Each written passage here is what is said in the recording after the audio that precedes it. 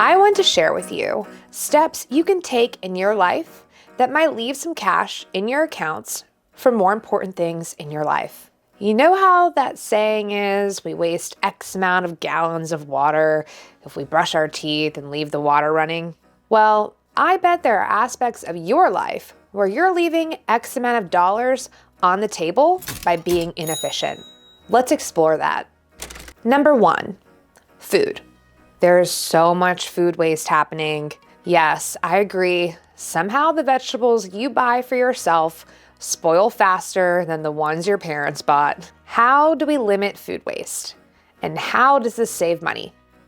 Meal prep. Personally, most Sundays, I decide what meals I'm having that week. I live alone, so I'm also thinking about leftovers, shelf life. Can I eat 4 servings of this meal in 1 week?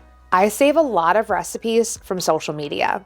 So I pop that open, run through the ingredients list for about 3 new recipes. I try to group recipes together with a lot of crossover ingredients. So if I don't get to making one of them, the food can be used for another recipe. Meal prepping limits impulse buying. Another tip, eat before you go to the grocery store. If you food shop while you are hungry, I bet you'll get home with a lot more snacks than foods that make a meal. The last thing on meal prep, where are you buying your groceries from? Check the prices on your groceries and see if switching to another store helps cut your food cost. Okay, I mentioned social media. There are so many videos out there on how to make your own cleaning products. Vinegar, lemon, ginger, baking soda, whatever the ingredients, look into that. What products are you using that you can convert with a little DIY? Speaking of DIY, do you live in an area you can try your green thumb? Not all seeds need a giant patch of land, but maybe pick a vegetable you eat a lot of, like tomatoes, and try growing some of your own. This applies to herbs too. You can actually regrow some of the items you buy from grocery stores with a little TLC. Moving away from food, grab your phone, click the gears, then click your name, find subscriptions, and see what you have listed. Ask yourself, what can you do without? Subscription-based services are a huge part of life now, but see where you can find deals or take a break from some of these services. For me personally, as soon as Netflix took away password sharing abilities, I did not create my own account. I told myself that I pay for Amazon Prime and have access to Amazon Video that I can utilize for a while. Spotify is also great about deals. When I purchased Spotify Premium, I received Hulu for free. Maybe choose the service you're mostly using and take a break from the others for now. I know I listed some subscription-based services, but I'm not sponsored by any of these. These are just my personal choices.